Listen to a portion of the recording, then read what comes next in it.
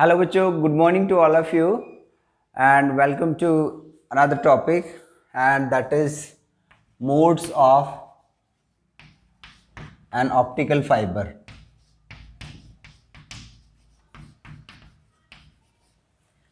बच्चों, जैसा कि आपको पता है, चलिए मोड के बारे में थोड़ा सा जनरल बात करते हैं. मान लीजिए आपके पास एक बकेट है और उस बकेट में आप एक कुछ ड्रॉप करते हो, जैसे पत्थर कंकड़ ड्रॉप करते हो, तो उसमें जो रिपल्स जनरेट होंगी ना, ऐसे फैलेगी जो वो ऐसे, उसको पर्टिकुलर वो जो फैलाव है उसको बोलते हैं मोड्स. उसको बोलते हैं मोड्स. तो जैसे आप एक रस्सी ले लो, दो सिरों से ऐसे बांध दो. ये मान लीजिए आपकी रस्सी है. तो जब आप इसको ऐसे प्लग करोगे ना, ऐसे प्लग करोगे यहाँ से, और इसको जब छोड़ दोगे तो इसके अंदर वाइब्रेशन बनेगा ऐसा वाला. अगर रस्सी थोड़ी और बड़ी है तो एक और पॉसिबिलिटी है कि ये जो है ना ऐसे ऑसिलेट करे. रस्सी थोड़ी और बड़ी है तो और पॉसिबिलिटी ये है ऐसे बने. और बड़ी है तो ऐसे, और oscillations higher higher higher higher. तो जैसे हमने उसकी बात करी थी, पोलराइजेशन की बात करी थी, उसी तरह से जैसे वो रस्सी को अगर आप लेके घुमा के खींचोगे, या आपने फर्स्ट ईयर में एक्सपेरिमेंट भी किया होगा, ट्यूनिंग वाइब्रेशन, वो जो थ्रेड से एक्सपेरिमेंट करते हैं ना बच्चे, फ्रीक्वेंसी ऑफ एसी मेन का जो एक्सपेरिमेंट है, तो सोनोमीटर आई मीन टू से, तो उससे भी, उसमें भी आपने वाइब्रेशन देखी होंगी. सोनोमीटर भी किया हुआ है आपने, और एक दूसरा एक्सपेरिमेंट भी था जिसमें आप वो जो थ्रेड के साथ एक्सपेरिमेंट करते हो, थ्रेड के साथ आगे जो वेट अटैच है, और फिर जब उसको आप ट्यूनिंग फॉर्क ऑन करते हो तो वो एक्चुअली उसमें वाइब्रेशन बनते हैं, और इस तरह से वो आपने देखा हुआ होगा. ऐसे ही वाइब्रेशन बनते हुए देखे होंगे आपने कि एक लूप बना है, दो लूप बने, तीन लूप बने हैं, तो लूप बदलते रहते थे. ये एक्सपेरिमेंट आपने किया हुआ है. तो यहाँ से आप एक अंदाज़ा लगा सकते हो कि इस पर्टिकुलर हैपनिंग को मोड कहते हैं. That is called mode of string. रस्सी में जो बनता है वाइब्रेशन, उसको बोलते हैं मोड ऑफ अ स्ट्रिंग. तो अब ऑप्टिकल फाइबर में ये कैसे कनेक्टेड है? जैसे ऑप्टिकल फाइबर तो हमने ऐसे लिया ना कि ये मान लीजिए क्लैडिंग है, और ये मान लीजिए कोर है ऑप्टिकल फाइबर का. This is core, this is cladding. Cylindrical geometry है, तो आप ऐसे मानो कि इसका ये मैंने एक स्लाइस कट करके 2 डायमेंशनल पिक्चर है सिलेंडर का. तो जब इसके अंदर लाइट को मैं लॉन्च करूंगा ना ऐसे, तो वो मान लीजिए मेरा पल्स है, ऐसा है, इस शेप का, मतलब इसको गॉसियन पल्स कहते हैं. This is called Gaussian pulse.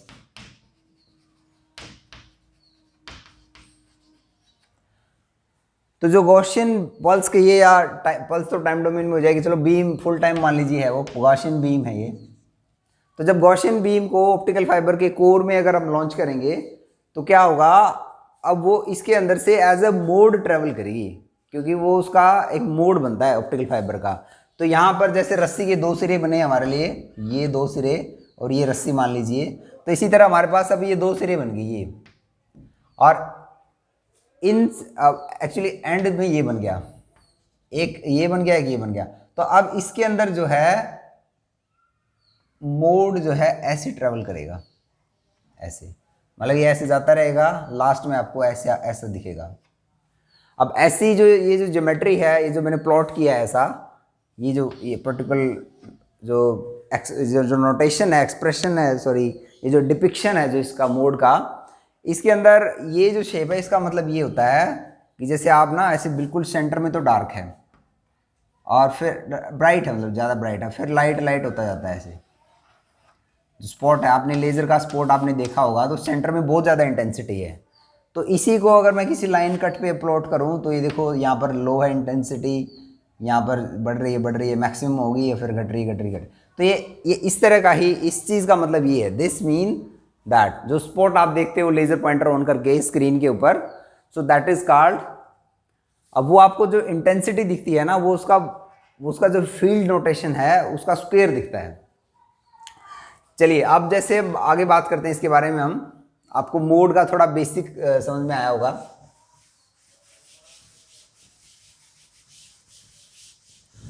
तो जो लाइट है वो ऐसे ही नहीं चलती है. जो मोड है ऑप्टिकल फाइबर का mode, that is characterised by certain parameters. वो कुछ भी वैल्यू नहीं हो सकती। जैसे ना इसमें अब एक ये पॉसिबिलिटी है, एक ये पॉसिबिलिटी है रस्सी के केस में,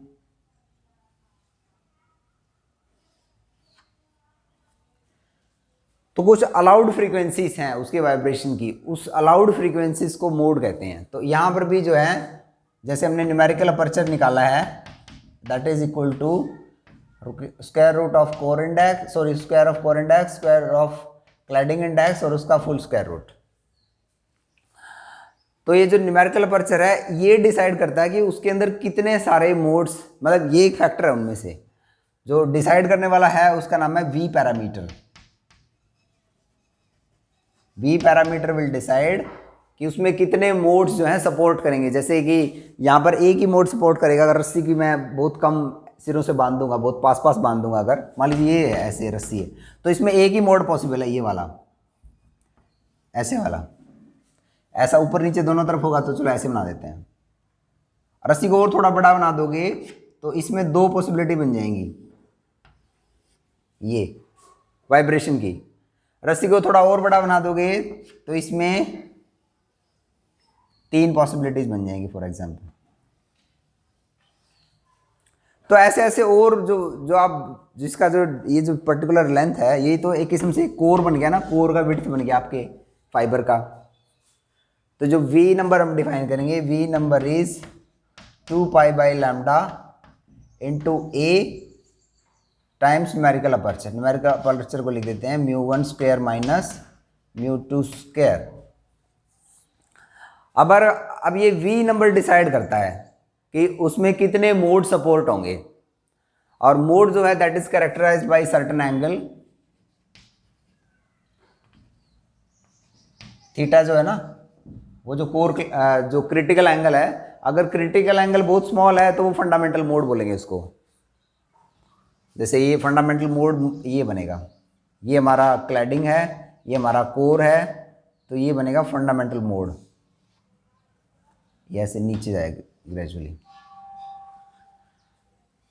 if theta is very small. और वी नंबर जो है v अपॉन पाई को बेसिकली बताते हैं। v अपॉन पाई अगर हमारा 0.5 से लेस है, लेस देन इक्वल टू 0.5, तो आप एक ही मोड उसमें बनेगा। जैसे रस्सी के जो विड्थ है, मतलब सिरे हैं बहुत पास पास हैं, अगर वो बांध रखे हैं तो उसमें एक ही मोड बनेगा। इसी तरह से ऑप्टिकल फाइबर में एक ही मोड बनेगा अगर v नंबर ऐसा है। तो अगर v नंबर बड़ा है तो इसका मतलब क्या पॉसिबिलिटी है, तो आप इसको बदलो, न्यूमेरिकल अपर्चर को बदलो, या फिर आप a को बदलो जो कोर डायमीटर है, ये ना core radius, sorry small a, this is small a, core radius को बोलते हैं। a is your core radius, a जो है कोर रेडियस है। चलिए अगर ऐसा है v नंबर, v अपॉन 2 पाई जो है 0.5 से छोटा है, तो उसमें एक ही मोड होगा, वो एक ही मोड को सपोर्ट करेगा, उसको बोलते हैं सिंगल मोड फाइबर। उसको क्या बोलते हैं? Single mode fibre, SMF।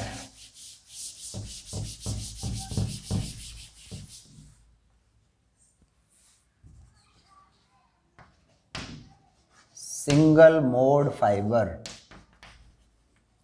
तो अगर just to get a feel of number, अगर मैं कुछ न्यूमेरिकल पैरामीटर्स की बात करते हैं जो हमने भी यूज़ किए हैं। μ1 जो है कोर इंडेक्स है, अगर मैं ले लेता हूँ 4.07 माइक्रोमीटर, बस जस्ट एक आपको नंबर का फील आ जाएगा कि ये नंबर क्या लेते हैं।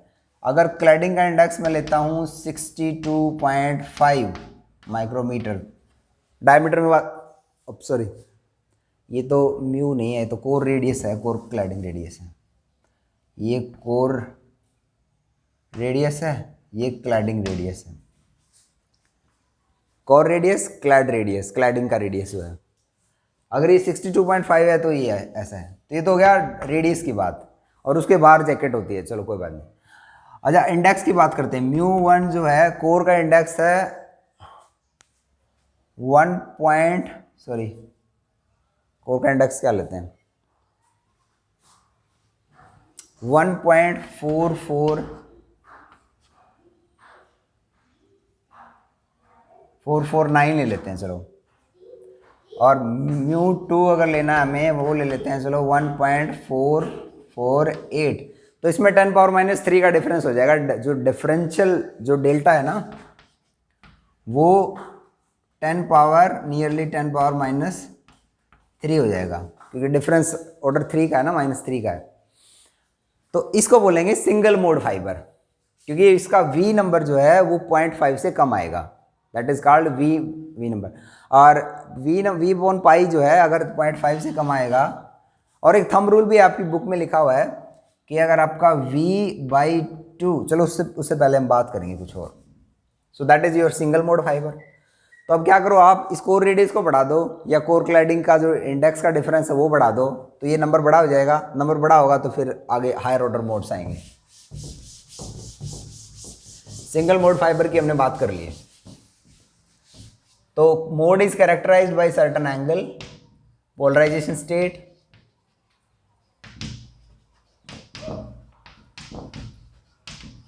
तो जो ऑप्टिकल फाइबर है उसके अंदर लाइट ऐसे ही नहीं जाती है, जैसे वाइब्रेशन जो है वो ऐसे कुछ भी नहीं हो सकते, वो पर्टिकुलर ही होते हैं। तो mode is characterised by certain angle, जो थीटा है, क्रिटिकल एंगल जो है, अगर वो जो लॉन्च एंगल है वो theta is very less than theta C, critical angle से बहुत ही ज़्यादा छोटा है, तो वो फंडामेंटल मोड है। इसको एक्सियल मोड भी कहते हैं, एक्सिस के पैरेलल ही जाता है ये, एक्सियल मोड। और इसका नोटेशन मैंने बताया ही था कि ये जैसे ऐसे है ना, core and cladding, this is core, तो अगर हमने इसको, ये बनेगा इसका फंडामेंटल मोड, कोर के अंदर ही कन्फाइंड है ये। तो mode is characterised by certain angle, theta is very less than, that is characterised by polarisation state and particular frequency. क्योंकि हमने V नंबर बताया ना, उसके हिसाब से उसका एक पर्टिकुलर वेवलेंथ के ऊपर पर्टिकुलर मोड एक्साइट होता है। चलिए अब हम हायर ऑर्डर मोड्स की बात करते हैं। एक्सियल इसलिए क्योंकि एक्सिस के पैरेलल ही जाएगा ये। हायर ऑर्डर मोड्स पे आते हैं।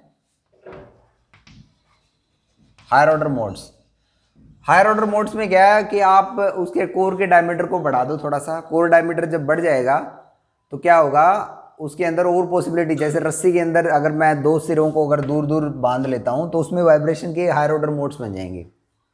ये जो मैंने बनाए थे ना ऐसे, ये 3 के लिए बना दिया, 4 भी बन सकते हैं, 5 भी बन सकते हैं। तो उस केस में जो V नंबर हमारा है वो 2π/λ जैसे है ना, A टाइम्स √n1 μ1² माइनस μ2², ये हमारा V नंबर है। और V नंबर जो है अगर V/π इज ग्रेटर देन 0.5 से बड़ा है और 0.5 से बड़ा है एंड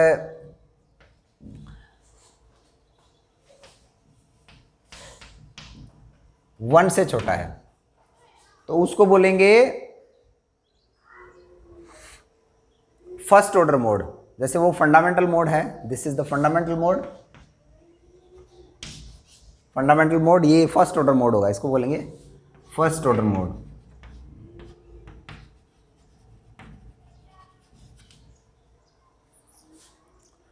इसी तरह अगर V नंबर अगर आपका 1 से 2 के बीच में है तो उसमें एक मोड और एक्स्ट्रा आ जाएगा। और अगर ऐसे ऐसे जो डिफरेंस बढ़ता जाएगा आपका, तो हायर ऑर्डर मोड सपोर्ट होते जाएंगे। तो उसको बोलेंगे हम, जैसे वो जो हमारा था वो सिंगल मोड फाइबर था, ये मल्टी मोड फाइबर है, इसको बोलेंगे मल्टी मोड फाइबर।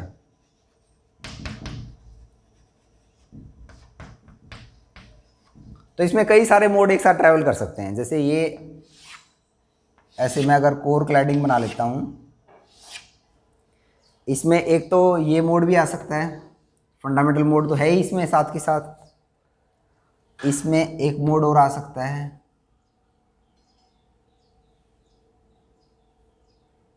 ऐसे करके, मतलब इसमें 0 को एक बार भी क्रॉस नहीं कर रहा है, इसमें 0 को एक बार क्रॉस कर लिया। यहाँ पे अगर मैं लाइन बना दूँ तो एक बार 0 को क्रॉस करेगा ये, इसको थोड़ा ऐसे ही बना देते हैं। तो ये एक बार 0 लाइन को क्रॉस कर रहा है ना ऐसे, दिस वन। और एक पॉसिबिलिटी कि 2 बार जीरो लाइन को क्रॉस करे।